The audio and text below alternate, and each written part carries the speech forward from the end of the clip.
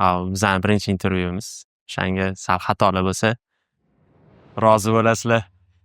Assalomu alaykum. Yana bir marta qanaqa qilib VFX ga qiziqishim paydo bo'lgan? Star Wars'dagi uchadigan unaqa samolyotlarni, qiruvchi samolyotlarni rasmi chiqqan. Ayniqsa o'sha payt endi Instagram endi kontentlar qilish juda ham rivojlangan payt. Oxiri ichida nimadir uyg'onadi. Endi men bu payt 3ds Max endi boshlagan bola 3dd.ru ga qo'yib sotmoqchi bo'lgan. Va Epic Games ularni sotib olgan edi. Men unaqa motion grafika uncha qiziqmasdim. Nimadir bo'lgan bo'lsa kerak, hech kim menga aloqaga chiqmagan. Keyin Let's Animate darsligini ham tashlab berishgan gruppada. Juda ham dahshat, juda ham zo'r ustozlar. Menga After Effects yoqmasdi. Roshan akam bilan tanishtirganlar va aynan o'sha payt Uch qahramon filmini oxirgi fazalari ketayotgan edi. Shunaqangi oddiyki, hattoki 1 sekunddan emas. Shu Uch qahramon meni birinchi kinoyim bo'lgan borishim bilan. Sun'iy intellektni ham ishlata oladigan odam kerak va sizni o'rningizga juda ham boshqa odam topishligi mumkin. O'zbekistonda bu soha rivojlanadi. Rahmat. Assalomu alaykum. Yana bir marta. Meni ismim Mirmuhsin Mirhoshimov. Yoshim 21 da, Toshkentdanman. Hozirda United Soft Visual Effectlar qiladigan studiyada junior 3D generalist va compositing artist sifatida ishlab boraman. Boshidan gapirib beraman uni, chunki boshlanishi shu esimni tanlaganimdan beri bosh o'sha yoqqa borib taqaladi. Yoshligimda mana uyimda kompyuter, internet bo'lgan. Mana odamni o'zlari kompyuterni yaxshi ko'rganlar, hozir ham yaxshi ko'radilar. O'yinlarni o'ynardilar, video o'yinlar. Men ham yoshligimdan video o'yinlarni ko'rib, o'ynab katta bo'lgan bolaman. Internet bo'lgani uchun yoshligimdan ko'p narsalarni bilib borganman. Qarab qiziqaman, odamdan so'ragan paytim ham ko'p narsani aytib berganlar. Qanaqa qilib 3D ga kelib qolganman desa, bola odam o'zi mebelchilar, mebellarni yasash uchun maxsus dastur bor, Pro 100 degan, Pro 100 deb yoziladi. O'shanda 3D qilib mebellarni chizardilar. Orada men ham endi yonlarida o'tirardim. Orada gapdan gap chiqib, shunaqa 3ds Max dasturi programmasi borligini, shuni o'rgansa yaxshi bo'lishligini orada aytib o'tib ketardilar menga. Men bir maktabda o'qib yurgan paytlarim 10 yosh, 11 yosh atroflari, 12 yosh atroflari. Eshitib yurardim, shunaqa 3ds Max degan programma bor ekan, lekin hech uni ko'chirib yoki o'rnatib, uni ishlatib ko'rish xayolimga kelmagan.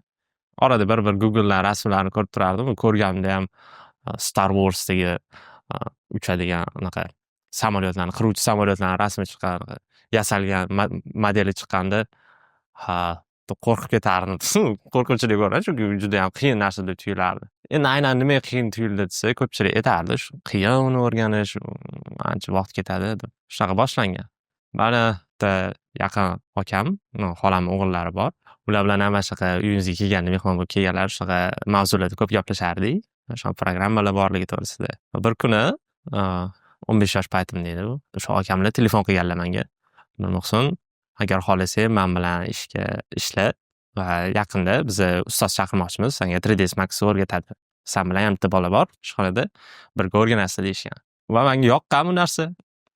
Xo'p deganman. Borgan edim shu kuni ishxonaga, ularni ishlashiga. Ular anaqa telefonlarga yog'ochdan detal qilib, dizaynlar qilib, chexolisiga yopishtirib sotishardi, buyurtmalar olib. O'sha yerda birinchi ustozim 3D ni o'rgatgan, 3ds Max o'rgatgan Kamoliddin aka Sharipov kelganlar. Adashmasam 1,5-2 oy davomida o'rgangan edim 3ds Maxni. Ular shu boshlang'ich bilimlarini berganlar. Keyin ular o'sha darslari tugagan, ketganlar. Undan keyin qolgan 3ds Maxni o'rganish men o'zimga qolgan.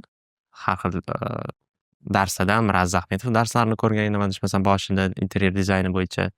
Keyin o'sha YouTube'da ham bizning uyda internet bezlimit bo'lgandan keyin bemalol YouTube'ga kirib, xohlagan tutoriallarimni bemalol ko'rishni boshlagan edim.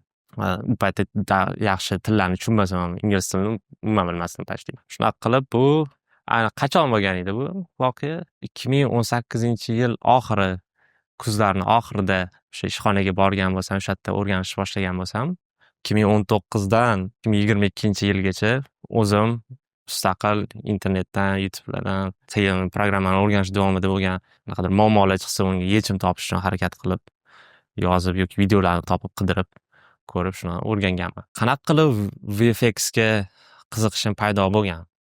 boshida 3Dni boshlagan paytim unaqa VFX degan narsalarni tushunmaganman. Shunday 3ds Max u yoqda mebellarni chizib, yumshoq mebellarni chizib, 3 ta stok saytlar bo'lardi. O'sha yerda modellar sotsa bo'ladigan, 3D modellar sotsa bo'ladigan, o'sha yerga qo'yishga harakat qilganman boshida. Nima deydi, shunaqa bo'lgan edi. Boshida harakat qilganman ham, rosa qiyin bo'lardi. Hozir ham menimcha qiyin. Qo'ygan modellarim olinmasdi, moderatorlar tomonidan o'tkazilmasdi, sifati talabga javob bermasdi. O'tkazib yuborsa ham tekinga o'tkazib yuborardi, hech qanaqa foyda bo'lmasdi menga. Lekin yana bitta narsasi 3D Max, 3D modellar yasash anaqasi menga uncha yoqmasdi. Aniqrog'i mebel yasab shu saytga qo'yish. Men ko'proq o'sha paytda 3D Max o'rganib, ya'ni YouTube'lardan har xil shu sohaga aloqador videolarni ko'rgandan keyin YouTube menga har xil yangicha boshqacha programmalar, boshqacha yo'nalishdagi videolarni, sohadagi boshqacha yo'nalishdagi videolarni tavsiya qilishni boshlagan. Va o'sha yerda bitta bola Maverick degan bola edi, YouTuber. Unreal Engine 4da bitta environment yasagan. Environment bu atrof, biz kinolarda yasayotganda 3D o'sha atrof muhitlarni yasash kerak bo'lsa yasaymiz biz. O'sha Unreal Engine 4da yasab tramvayli qanaqadir joy yasagan edi. Buzilgan uylar, tayyor assetlardan olib sahnasini tez yig'ib tashlaganini time-lapse qilib videoga qo'ygan edi. Endi men 3ds Max'ni endi boshlagan bola modelni chizib bitirib uni render qilishga qo'yardim. Bu men renderini juda ham uzoq vaqt olardi. O'sha videoni ko'rganimda juda ham sifatli ko'ringan menga, juda ham tez ishlayotganda menda miyamda qanaqadir bum paydo bo'lgan, bum bo'lgan desa ham bo'ladi. Rosa qiziqqanman nima programma ishlatayotganiga, bilganman. Ya'ni Unreal Engine 4 o'zini описаниеga yozib qo'ygan, shunda qilingan. U tekin bo'lgan Unreal Engine 4. Shu paytda Epic Games o'zini dvijokka bu 10 yillar uchun qilingan dvijok. Hozir lekin o'sha ham o'yinlar, ham kino va shunga o'xshash sohalarda environmentlar qilish uchun ishlatsa ham bo'ladi. Chunki renderlari juda ham zo'r, juda ham tez qiladi. Shu qiziqishimni boshlagandan keyin, VFX qiziqishni boshlagandan keyin aynan Unreal Engine 4 ni o'rganishni xohlaganman. Lekin uni ko'chirganman ham shu uydagi bitta dona bo'lgan kompyuterga. Lekin Unreal Engine 4 ga ancha yaxshiroq, kuchliroq kompyuter kerak bo'lgan. Meni uyimdagi kompyuter men qilmoqchi bo'lgan narsalarni o'sha kuchi yetmay qolgan. Shuning uchun menga kompyuter olish xohishi o'zim uchun alohida yana ham kuchaygan. Lekin afsuski taqdir taqozosi bilan ancha vaqt o'tib ketib qolgan orada. O'sha birinchi marta Unreal Engine 4 to'g'risida eshitganimda 2019-yil bo'lsa, 2022-yilgacha kompyuter ola olmaganman. Juda ham uyatchan bola bo'lganman. Masalan, kimdir aytishi mumkin, bor ishlab pul yig'ib anaqa qilsang bo'lardi. Men o'zi oldin juda ham zo'rg'a gapiradigan, tashqariga chiqib kim bilandir zo'rg'a muloqot o'rnata oladigan bola bo'lardim. O'shanga unaqa qatlargadir borib ish so'rash anaqalari bo'lmagan. Pul yig'a olmaganman to'g'ri. Oxiri 2022-yil oyimlar o'zlarini tillalarini sotib ya'ni akamlar qo'llab-quvvatlaganlar pul bilan, o'shanda o'zimga kompyuter olgan edim. 2022-yil kompyuter olganman. Video kartasiz olib qo'yganman. Unreal Engine ishlatmoqchi bo'lgan bola video kartasi kompyuter yig'gan o'sha payt. Nimaga video kartasiz kompyuter olib qo'yganman? Chunki o'sha payt rejam bor edi. Men hozir 3ds Max ishlatishim uchun unchalik video karta muhim emas edi. Uyimda eski bitta video kartani qo'yib turganman, juda ham eski, GT 730 degan. O'shani qo'yib turib, modelni chizib, interyerga kerak bo'ladigan narsani chizib, 3dd.ru ga qo'yib sotmoqchi bo'lganman. Lekin bu rejam o'xshamay qolgan. Chunki unga vaqt ajrata olmaganman. Nimaga aynan unga vaqt ajrata olmaganligim? Aynan o'sha yili institutga tayyorlanayotgan paytim bo'lgan edi. 2 yil universitetga kira olmaganim uchun 3-yil uydagilar xohlashgan. Meni universitetda o'qishimni hop tuganman. O'qiganda ham qaysi o'zimga yaqinroq, o'zim sal qiziqqan sohaga topshiraman degan edim. O'sha yillari tayyorlanib yurganman. Va ofis topish uchun shu sohaga yaqinroq odamlarga aloqaga chiqib, o'shalar bilan gaplashib ko'rmoqchi bo'ldim. Ulardan birinchisi Abdusattor aka Abdurahimov bo'ldi. Ularni anchadan beri kuzatib borardim. O'sha boshidan adashmasam 2018-yildan bo'lgan, chunki ular Facebookda o'zlarini sahifalariga shu modellar qilib sotishlari to'g'risida ham o'sha paytlardan adashmasam qo'yib borardilar. O'sha paytda ko'rib bilardim ularni. Ularga yozganman Abdusattor akaga. "Men mana shunaqa bo'laman. Menga joy bersangiz, komandangizga olsangiz, mana shunaqa ishlab, o'zimni ko'rsatardim" deganman.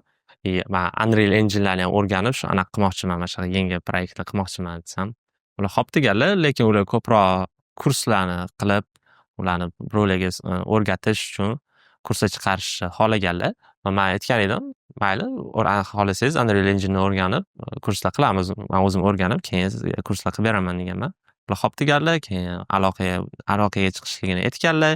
Nimadir bo'lgan bo'lsa kerak, hech kim menga aloqaga chiqmagan. Men ikkinchi variantga o'tganman. Ikkinchi variantim bu Abdulaziz aka Abduqodiriy edi. Abdulaziz aka Abduqodiriy Instagramda ancha podpischiklari ko'p, influenserlar desa ham bo'ladi. Undan tashqari o'zi asosiy ishlari foydali kontentlar chiqarib, videografiya bo'yicha foydali kontentlar, undan tashqari boshqa yo'nalish bo'yicha ham foydali kontentlar chiqaradigan inson. Nimaga aynan Abdulaziz akaga men yozdim? Qishda coworking centerda o'zlarini prezentatsiyalarini tekinga o'tkazganlar. O'shanda borgan edim, qiziqib. Yaxshi trening bo'lgan, yaxshi narsalarni o'rgatganlar, qanaqa g'oya tuzish, qanaqa ketma-ketlikda qilinadi, shunga o'xshash narsalar bo'lgan va oxirida savol-javob boshlangan. Bir kishi savol bergan edi Abdulaziz akaga, "Komandangizga kimlarni olardingiz?" deb. Abdulaziz aka aytgan edilar, "Hozir meni komandam to'la, hamma operator, montajyorlarim bor, olsam faqat VFXchi bolani olishim mumkin" degan edilar. Va men o'sha narsani, o'sha gaplarni eslab qolgan edim. Aynan o'sha paytda ularga yozolmasdim, chunki hech qanaqa portfoliyom yo'q edi. Reja qilganman, portfolio qilib turib, keyin ularga yozaman. Balki o'shanda ancha yaxshiroq, to'g'riroq bo'ladi deb hisoblaganman. Bahorda shu Unreal Engine o'rganib, portfolio qilib yozda ularga yozgan edim. Ularga yozganman direktdan. Ular menga undan oldin ham o'zi ancha oldin kuzatib yurardim. Ular menga direktdan javob qaytarib turardilar. Qo'l qo'yganman. Chunki o'sha paytda ham 80 mingga yaqin, adashmasam undan ham ko'proq podpischiklari bo'lardi. Javob qaytarardilar menga ham. Va yozganman. O'zimni tanishtirganman. Mana shunaqa VFXga qiziqishimni, mana shunaqa Unreal Engine'ni bilishimni, agar ruxsat bersalar, bitta suhbat qilib gaplashib olardi ularning ofislarida. G'oyamni aytaman, agar sizga g'oyam yoqsa, yoqdi. Yoqmasa, mayli deb 1,5 litrlik kola tashlab ketaman deb hazil qilib yozgan edim. Hazil aralash qilib, ularga yoqqan, bo'ldi, ko'rishamiz deb uchrashuvni belgilaganmiz. Ofislariga borganman, gaplashganmiz. G'oyalarimni aytganman. Shunaqa reja qilgan edim. Agar men shunchaki ofisda joy bersangiz bo'ldi. Hech qanaqa pul kerak emas, ortiqcha narsa so'ramayman. Faqat joy bersangiz bo'ldi. Men o'zim sohamni yana ham o'rganib, chunki hali unaqa zo'r emasman. Menga vaqt kerak, o'rganib, shu sizni ishingizga kerak bo'lgan narsalarni ham qilib beraman deb aytganman. Ular rozi bo'lganlar, joy berganlar. Juda ham xursand bo'lganman. O'zimni rivojlanishim, o'sishim uchun yaxshi atmosfera topganman o'sha yoqda. O'sha yoqqa borib kompyuterlarimni qo'yib, o'zim kompyuter olib kelib, aytgan edim, kompyuter kerak emas, faqat o'z kompyuterlarim bor. Borib, xo'p deganlar, shu kompyuterlarimni olib borib o'rganishni boshlaganman. 3-4 kun o'tgan, hamma narsani YouTube'da har xil yo'nalish bo'lsa, hammasini ko'rib o'rardim. Bu menimcha endi shu sohaga kirib kelayotgan ko'pchilikda bo'lishi mumkin. Bu narsani o'sha paytda o'zida bilganman. Ya'ni har xil narsadan ketyapman. Hozir men har xil narsadan ketsam, juda ham ko'p vaqt yo'qotishim, o'zi shundoq ham shuncha yil vaqtimni yo'qotib qo'ydim. Hozir yana shu yo'nalishda davom etsam, shu yo'lda davom etsam, yana ko'p vaqt yo'qotib qo'yaman deganman. Shuning uchun Abdulaziz akamdan so'ragan edim. Aytgan edimki, menga kurs bo'lsa, qanaqadir kurs bo'lsa yaxshi bo'lardi. Chunki hozir YouTube'dan qarayapman, har xil yo'nalishga ketib qolman. Kursda bo'lsa, ustoz bo'ladi. Bitta yo'nalishga solib berish kerak menga. Men shuni hali o'zim qanaqa ketma-ketlikda nima qilish kerakligini bilmayman deb aytgan edim. Va Abdulaziz aka aytganlar, "Meni tanishlarim bor, xohlasangiz ularni gaplashib beraman" deganlar. Men albatta rozi bo'lganman bunga. Tasnif guruhda gaplashganlar birinchisi, ikkinchisi Let's Animate'da gaplashgan edilar.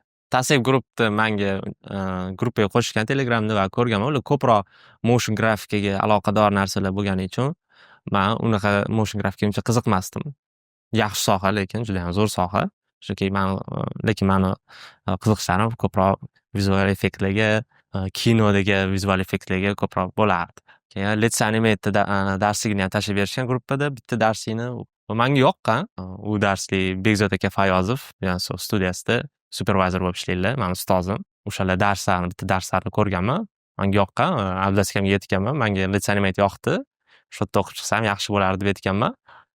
Bo'ldi deganlar. Abdulaziz akam Boyisxon akamni bilan gaplashib, mani o'sha yoqqa jo'natganlar. Boyisxon aka bu United Soft kompaniyasini bosh direktorlari, asoschilaridan bittasi. Keyin litseniyatga borganman. Mani kutib olishgan. Boyisxon akani o'zlari kutib olganlar va Bekzod akam bilan tanishtirganlar shaxsan. Va darsga kirganman. O'sha litseniyatda 3D generalist kursini 6-potokka ketayotgan bo'lgan. Yo 7-chi, yo 6-chi darsini o'tishayotgan bo'lgan va shu yerdan qo'shilib olganman. Ozgina opitlarim bo'lgani uchun mani qo'shishgan, olishgan. Va boshida u kursda 3Dni bitta programmani 3ds Max o'rgatgan edi. O'sha noldan modelni yasashlaridan ko'rsatib chiqqanlari uchun birinchi ko'rgan darslarim menga uncha qiziq bo'lmagan. Chunki o'zimcha men bilaman bu narsani har xil xayollayotgan.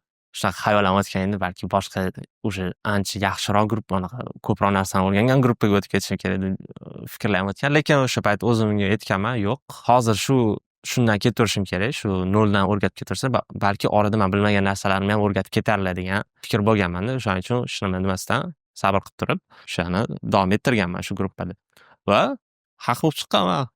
Rostdan ham ancha o'zim bilmagan narsalarni, juda ko'p narsalarni o'rgatganlar. Bekzod aka juda ham dahshat, juda ham zo'r ustozlar. Nafaqat shunchaki 3D uni renderlar qilish, balki sahnada kameralarni shunaqa qo'yish kerakki, odam ekranda qarayotganda tomoshabinlarning ko'zi qayerga qarashi kerak, ularni to'g'ri joyga qarata olishni ham bilish kerak, ularni to'g'ri joyga qarata olish uchun qanaqa usullar bor, nimalarni hisobga olish kerak, shu narsalarni ham juda ko'p o'rgatganlar. Undan tashqari o'zi asosan 3D va tashqari shu yo'llarni ham o'rgatganlari uchun ancha menga yoqqan, juda qiziqarli bo'lib ketgan o'sha qolgan darslar. 2023-yil qishida yoki kuzida 3-oy darsi boshlangan. Bu oxirgi oyi, o'sha payt biz o'zimizni diplom ishimizni qilishimiz kerak edi, hamma guruhga deb olib. Diplom ishi bu full CG shot, ya'ni hammasi CGda qilingan, kompyuterda modellar chizilgan va environmentlarning hammasi qilingan, 2 sekundli shot qilish kerak edi. Boshlaganman. O'sha darsda tugagan, oxirgi narsa shu diplom ishini ko'rsatish kerak bo'lgan. Dekabrdan boshlagan bo'lsam, boshida reja qilganman, lekin o'sha reja asosida bitta qiruvchi model chizganman, artstationim ham bor. Keyin rejamni o'zgartirganman, chunki buni amalga oshirishim uchun juda ham sal ko'proq vaqt ketadigan bo'lib qolgan. Yoki shunchaki qilolmaganman, bilmadim, balki qilolmagandirman. Lekin o'sha payt planimni o'zgartirganman. Va ikkinchi rejam shunaqa bo'lganki, bu o'sha katta futuristik kemani, yuk tashiydigan kemani bitta joyga kelib qo'nishi, shu aerodromga kelib qo'nishini, shu narsani to'xtaganman, shuni qilaman. Uni yanvardan chizib, shu narsalarni boshlagan edim. Juda ham katta opit bo'lgan shu full CGni qilishim va diplom ishini qilishim, chunki bu yerda faqat 3D'sini emas, bu yerda teksturalar qilishni ham boshlab birinchi marta o'zim teksturlarni noldan qilish boshlaganman. Substance Painter'da ungacha unaqa Substance Painter'ni ochib unaqa ishlatib ham ko'rmaganman. Shu kurs mobaynida o'tib ketilgan, lekin baribir o'zingizni qaysidir loyihangizni qilayotganingizni uni ishlatsangiz ancha yaxshiroq esingizda qoladi, ancha yaxshiroq o'rganasiz bu narsani. Va yanvarda boshlagan bo'lsam, martlarda tugatganman. ArtStation'da bor, YouTube'ga qo'yib qo'yganman. Mabodo qiziq bo'lsa, shu paytda bilardim. Render uchun Unreal Engine'ni ishlatganim yaxshiroq, chunki juda ham tez render qilardi Unreal Engine. Yaxshi qarorim to'g'ri bo'lganini bilaman o'sha payt. Chunki qilish mobaynida ko'rganman qanchalik qiyin bo'lganini. Martda tugatganman. Full CG shotimni, diplom ishimni. Bekzod akamga ko'rsatgan, Bekzod akamga yoqqan bu narsa, like bosganlar. Keyingi qiladigan ishim bu compositingni o'rganish bo'lgan. Nimaga aynan compositing? Litseniyat kursida o'qiyotgan paytim, shu generalistga o'qiyotgan paytim, Bekzod akam hamma generalistlar nima qilish kerak bo'lganini ko'rsatgan bo'lsa, orasida oxirida compositingni ham o'rgatganlar, ozgina bo'lsa ham. Compositingga ungacha compositing nimaligini men bilmasdim va men compositing bilgandan keyin ancha 3Dda renderlaringiz agar o'ziga yaxshi, ko'zga yaxshi chiqmayotgan bo'lsa ham, boshqatdan render qilib o'tirmasdan, uni kompozga olib tushib turib, bu yo'ni o'zida tahrir qilsangiz bo'ladi, edit qilsangiz bo'ladi. Menga u juda ham yoqqan. Lekin men aynan shu yo'nalishda, compositing yo'nalishi bo'yicha opitim umuman yo'q edi. Shuning uchun shu yo'nalishimni kuchaytirish uchun harakatni boshlaganman. O'sha diplom ishimni tugatganimdan keyin srazi Nuke'ga o'rnatib, Nuke juda ham kuchli dastur. Aynan kino industriyasida Gollywoodda 95% kompozda mana shunaqa Nuke'da qilinadi. Juda ham kuchli unaqa. Menga After Effects yoqmasdi. Kunda so'rash mumkin After Effects qilsa ham bo'ladi, aqsa ham bo'ladi. Chunki menga After Effects yoqmagan. Juda ham qotib qolardi menda. Hozir o'zi ishlatadiganlar ham bo'ladi After Effects qanaqa qotib qolishini, qancha operativniy pamyat yeb qo'yishini. Nuke'ga o'rnatib darslarni boshlaganman. Rebelway darslari zo'r. Rebelway anaqa komandasi bor. O'sha yerda Nuke ham ikkita darslik chiqargan. Nuke bo'yicha, composting bo'yicha birinchisi introduction, ya'ni kiruvchi dars. U yerda Nuke programmasini noldan tushuntirib, nima qanaqa ishlaydi, nimalarda ishlatiladi, shu narsalarni o'rgatish boshlagan va ikkinchi darsi advanced intermediate bo'lgan. O'sha oldingi bilimlarni olib turib, uni yanada qiyinroq bo'lgan shotlarda ularni ishlatish bo'lgan. Men bahori aprel oyidan boshlagan bo'lsam, 2024-yil bo'lyapti bu. 2024-yil yozida iyul-lesida tugatganman shu ikkita kursni. 2 oyga mo'ljallangan kurs edi. Orada pauza bo'lib qolgan. Pauza nimaga? Birinchi kursni juda ham tez tugatganman, shu 2 oyga mo'ljallangan kursni. Deyarli 2 oyga yetmagan, lekin orada o'qishim sababli o'qishimni fanlarni yopishim kerak bo'lgan. Shuning uchun ozgina pauza olishimga to'g'ri kelib qolgan 1 oycha. O'qishimni tugatgandan keyin, ya'ni o'sha kanikulik ta'tilga chiqqanmiz. Keyin ikkinchi advanced bo'lgan kursini boshlaganman va uni bitirganman va Nuke'dagi ikkita kursni tugatgandan keyin kursda qilgan ishlarimni ustozimga, Besekamga tashlaganman Telegramdan, showreel qilib. Ularga yoqqan.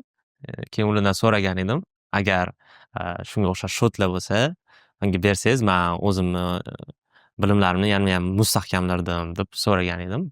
Ular menga xohlasangiz, bizda bo'sh ish o'rni bor, composting uchun, composting qiladiganlar uchun. Xohlasangiz keling deganlar. Menga yoqqan, so'rab aytvoraman deganman. Ya'ni Abdulaziz akamdan so'rashim kerak edi. Abdulaziz akam men juda ham podдержка qilganlar, ularga yoqqan bu fikr. U yoqqa borishimga ruxsat berganlar. Anaqa u yoqqa borsangiz ancha yaxshiroq o'rganasiz, chunki ularda ancha ko'p, shunga siz sohangizga yaqin narsalar ko'p, ularni o'rgansangiz ancha opingiz tez oshadi deb yana meni podдержка qilganlar. O'zi shuncha men 1 yil o'sha yoqda bo'lgan bo'lsam, har doim meni podдержка qilganlar. Abdulaziz aka, katta minnatdorman ulardan. Abdulaziz aka, katta rahmat. Juda ham katta podдержка qilgansiz. O'sha men ham hali xudo xolasa sizga podдержка qilaman o'zimni bilimlarim bilan. Sizga rahmat yana hurmatda. O'shanda ham podдержка qilganlar, menga ruxsat berganlar ketishimga. Abdulaziz aka menga ruxsat berganlar borishimga va shundan keyin Besekamga yozganman, men borsam bo'ladi. Bo'ldi, menga yoqdi taklifingiz. Qachondan ish boshlasam bo'ladi deganman. Ular o'zim sizni chaqiraman, hozir sal ish ko'proq edi degan edi. Shu oradan adashmasam 1 oycha o'tgan. 1 oydan keyin oktyabr 14-oktyabrda gaplashib, shu kuni borganman, chaqirganlar. Ofisga borganman, o'tirib gaplashganmiz. Qanaqa bo'lishi, nima bo'lishi, boshqa qancha oylik olishlari, shularni gaplashganmiz. Menga yoqqan. Ravshan aka bilan tanishtirganlar. Ravshan aka ular ham supervizor bo'lib ishlaydilar. Unatsoftda va Ravshan aka bilan tanishtirganlar va aynan o'sha payt 3 qahramon filmini oxirgi fazalari ketayotgan edi. Oxirgi shotlarni berib yuborish kerak payt bo'lgan. Va u proyekt Ravshan akamda bo'lgan, supervizorlik qilayotgan bo'lganlar. Menga bitta shot berishga, qilib ko'rishimga. Juda ham oddiy shot. Hozir qarasam juda ham oddiy. Shot shunaqangi oddiyki, hattoki 1 sekunddan emas. Atigi 12 ta framelik shot bo'lgan o'sha. O'sha shotni qilishimga 4 kun vaqt ketib qolgan. Nimaga 4 kun ketib qolgan? Chunki o'sha kuni borganman, o'tirganman, sal ofis, yangi odamlar, yangicha atmosfera, sal uyalish bo'lgan, nimadirlarni so'rashga, lekin yo'q, o'sha yerda bolalar ancha yaxshi, komandamiz juda ham zo'r. Bolalar kelib so'rashib, ancha yaqin bo'lib ketganmiz o'shandan keyin. O'sha paytda o'zida so'rab har xil shu shotimni bitirishim uchun qanaqadir effektlar kerak bo'lsa, qatta bilan saqlashlari, o'zligini bibliotekalari bormi, shu effektlarni qo'shish, shularni so'rab, unaqa qilganimda ko'rsatib berishgan, hamma narsani tushuntirib berishgan, qanaqa ishlashni. Va shotni bitirib topshirib olganman. Ravshan akamga yoqqan. Shu 3 qahramon meni birinchi kinoyim bo'lgan borishim bilan. Oxirida meni ism familiyam chiqadi. Juda ham bu birinchi kinoy, birinchi ism familiyam chiqishi juda ham xursand bo'lganman. Shunaqa qilib Unitedsoftga qo'shilganman. Shunaqa qilib 3 qahramonda shotimni topshirib olganman. Adashmasam yana bitta shot qilgan edim. Umumiy 2 ta yoki 3 ta shot qilganman o'sha 3 qahramonda. 3 qahramon bitgan Biza hammamiz umumiy komposting artistlar hammamiz yangi loyihaga o'tib ketganmiz. Bu Pushpa 2 edi u Hindiston loyihasi. Man umuman yaqinligini kelgan bola o'sha katta loyihaga tushganman. Judayam boshda hayajonli bo'lgan. Lekin o'sha komandamdagi bolalar judayam menga juda katta yordam berishgan, qanaqadir muammolar chiqsa aytib, yordam berib, ularni tuzatib, juda katta qo'llashgan meni va adashmasam noyabrdan dekabrgacha shu Pushpa 2ni Pushpa 2 loyihasida hammamiz ishlagan edik. Shu meni hozircha eng katta loyiham shu bo'lgan. Undan keyin dekabrda Yangi yil bayramiga oid bitta kino bo'layotgan bo'lgan. O'zbekcha Yangi yil edi adashmasam kinoning nomi ham. O'shanda ham komposting artist bo'lib ishladim. Bu o'sha oxirgi kinoim edi. Hozircha bitirgan kinoim komposting artist bo'lib. Hozir yangi bitta loyihada ishlayapman.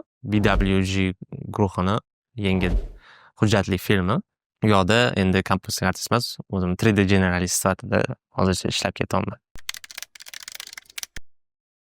Xo'p, VFXda yo'nalishlar juda ham ko'p. Bularning ichiga modeling ham kiradi, teksturing ham kiradi, look dev kiradi. Mana shu 3 ta sanab o'tganimni qiladiganlar ko'pincha 3D generalistlar bo'ladi. 3D generalistlar yana ham osonroq qilib aytadigan bo'lsak, VFXdagi ko'p yo'nalishlarni bitta odam qiladigan, bir kishi qiladigan odam 3D generalist deb aytiladi. Modeling qilishi mumkin, bir xil payt balki animatsiya qilishi mumkin, FX ham qilishi mumkin, to'g'ri kelsa vaqti kelgan paytda. Ularni 3D generalist deydi. Farqi, yana biz aytdik, komposting ham yo'nalishi bor. Ularni 3D generalistdan komposting farqi, komposting ko'pincha oxirida bo'ladigan ish jarayoni. Xuddi kompostingda aynan nima qilinadi? Aytaylik, kino olindi, siz ko'rgan bo'lsangiz, har xil breakdownlarni ko'rsangiz, yashil fonda o'sha kino aktyorlarni bilan kinoga olishadi va kompostingchilar o'sha olingan materiallarni olib turib, o'sha yashil fonlarni tozalab turib, shu 3D departamentdan kelgan hamma qilinadigan aytaylik, orqada 3Dda yasalgan qanaqadir uy bor yoki shu orqada qanaqadir effekt bo'lyapti, uy yonib ketayotgan bo'lishi mumkin. Shularni haqiqiy olingan futaj bilan bir-biriga integratsiya qilish, ya'ni shunaqangi bir-biri bilan qo'shib yuborish kerakki, ko'rgan odam, tomoshabin bu narsani kompyuterligini sezish kerak emas. Unga g'alati ko'rganida, bu kompyuter ekan degan narsani bilib qolish kerak emas. Komposting artistlar shu narsa ustida ish olib borishadi. Juda ham ancha jiddiy ish bu ham. Undan tashqari boya ham aytdim, olingan 3D'dan chiqqan har xil modellar yoki o'sha umumiy full CG shot bo'lishi ham mumkin. Full CG shotlarni ham ustida ishlash kerak bo'lishi mumkin. Aynan komposting artistlar full CG shotlarni ustida ham ishlashi mumkin. To'g'risi yaxshi bilmayman nimaga unaqaligini. Men o'zim ham uncha Instagramga qo'ymasligim, balki vaqt bo'lsa kerak. Uncha vaqtimiz bo'lmaydi. Sohamiz juda ham qiyin va sohada har doim rivojlanib borishimiz kerak. Men hozir ham o'zim unaqa oxirigacha yetib borganim yo'q. Endigina juniorman, yaqinda bo'ldi ishga kirganimga. O'rganib boraman. Shuning uchun balki Instagramga o'zimni qilayotgan ishlarimni qo'yishga vaqt bo'lmayotgandir. Boshqalarda ham balki shunaqa bo'lsa kerak. Meni shaxsiy fikrim shunaqa. Endi bor odamlar, ayniqsa bizda ham yaqinda o'sha ko'payib ketdi. Instagramlarda aynan ularni Instagramda o'zini shu ish faoliyatlarini qo'yadigan, nimaga aynan ular ko'proq qo'yadi? Bir xil Instagramdan o'zligini karyeraligini yuritishadi o'sha yerda. Ish faoliyatligini yuritishadi. Shunaqa odamlar ko'proq qo'yishadi. Bir xil balki menga o'xshagan odamlar ko'proq shunaqa studiyalarga ishga kirish uchun harakat qilishadi. Balki o'shaning uchun o'zbek bozoriga o'zlarining ishligini qo'yib borishmas. Balkim. Hobbim, jismoniy hobbim afsuski hozircha yo'q. Lekin chiqarish kerak, ya'ni sport bilan shug'ullanish kerak. Hozircha shug'ullana olmayman, juda yomon. Tavsiya qilmayman. Ozgina bo'sh vaqtim bo'lsa, kompyuter o'ynab turaman. O'sha hali ham igramanligim ketmagan. Menda hozircha anaqa filmni ko'rayotganda har xil. Menda hozircha bu jarayon ancha yengil o'tadi. Balki junior bo'lganim uchundir. Keyin men eshitaman shu ustozlarimdan ham ko'rsam, men kinoni 2-3 marta ko'rishim kerak. Boshida o'sha analiz qilib ko'raman, keyin yana analiz qilib ko'rishadi. 'Uchinchisida keyin balki bemalol ko'rishadi. Menda hozircha hammasi bemalol ko'raman. Unaqa miyam qanaqa qilishgan ekan degan narsa ko'p bo'lmaydi. Lekin u narsa ko'p bo'lgani yaxshi. Har bitta artist rivojlanish uchun birovlarni ishlarini ko'rib, ulardan xulosa chiqarib va o'zini ish jarayonida u narsalarni qo'shishga harakat qilishi kerak. Xo'p, men juda ham ko'p dasturlarni ishlatib ko'rganman. Ayniqsa 3D model bo'yicha 3ds Max'ni ham, Blender'ni ham, Maya'ni ham, Cinema 4D'ni ham ishlatib ko'rgan boshida. Menga hozircha eng yoqayotgani bu 3ds Max. Nimaga deyishlik mumkin?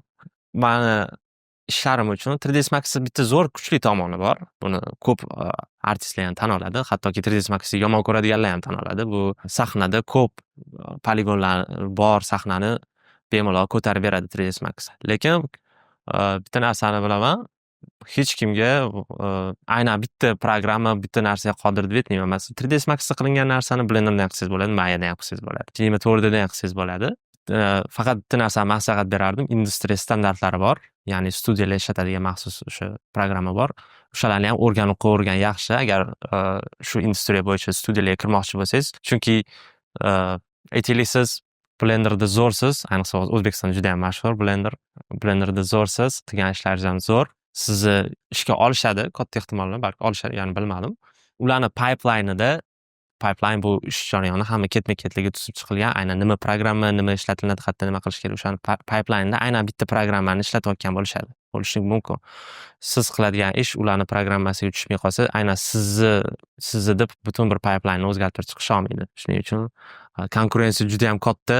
Sizni o'rningizga juda ham boshqa odam topishligi mumkin. Shuning uchun maslahat berardim.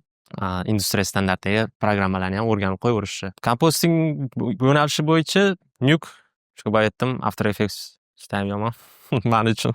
After Effects bu motion grafikaga juda ham zo'r. Nuke'da umuman motion grafikaga moslashmagan. Shunaqa yaxshi ko'rgan ikkita programma hozircha Max bilan Nuke. Lekin agar qaysi programmani o'rganish maslahat berardingiz desanglar, bu Houdini bilan Unreal Engine va Nuke. Mana shu uchta programma juda ham zo'r. Houdini'ni agar siz Houdini'ni o'rganib olsangiz, juda ham kuchli odam va juda ham kerakli odamga aylanasiz. Chunki Houdini'da nafaqat prosedural uylar, boshqa narsalar, effektlar qilishingiz mumkin. Har xil portlashlar, shunga o'xshash narsalarni Houdini'da qilishadi. Industriya standartidagi programma va juda ham Houdini'ni ishlab chiqaradigan Side Effects kompaniyasi juda ham zo'r kompaniya, juda ham ko'p e'tibor qaratishadi. Doimiy ravishda programmaligini rivojlantirib borishyapti.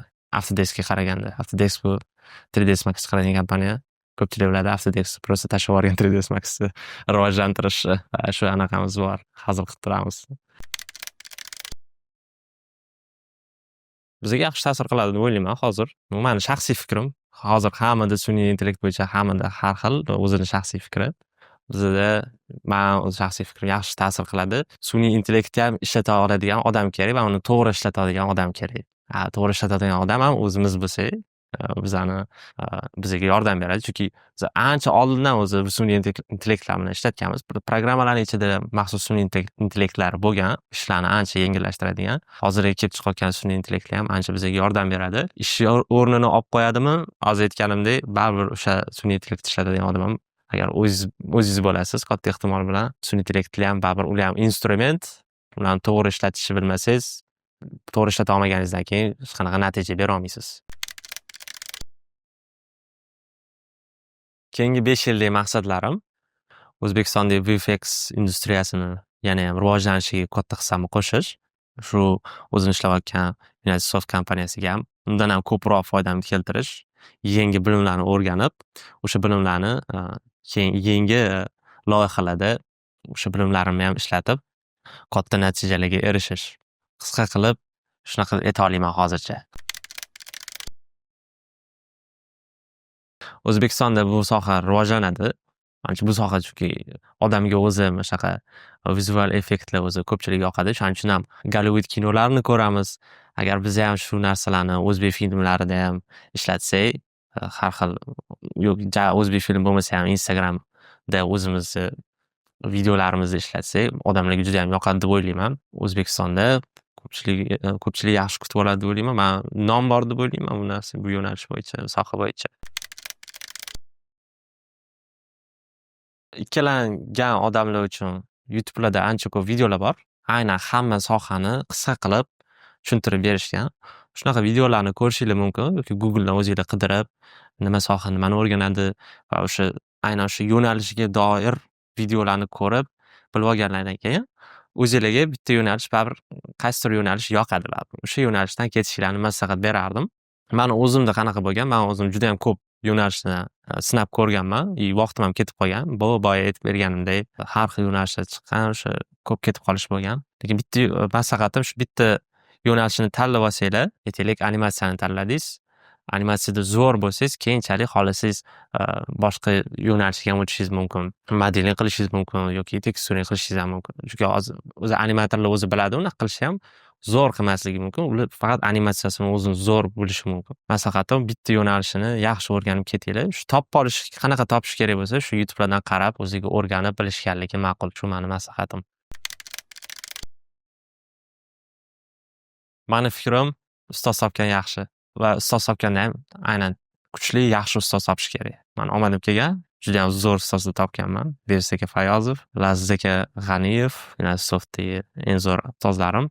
Va bundan tashqari odam o'zi ham intilishini, qiziqishi kerak. Bizani ishimizda o'zi umuman deyarli hamma sohada bitta skill muhim, ya'ni problem solving deydi bizda. Muammolarni hal qilish mahorati bo'lishi kerak insonda. Ba'zi paytlarda siz ustozlaringizdan so'ramay qolishingiz mumkin yoki shunchaki internetdan qarab, qidirib, o'zingiz muammoga yechim qidirsangiz, o'zingiz topishingiz ham mumkin. Shuning uchun ikkalovi ham muhim.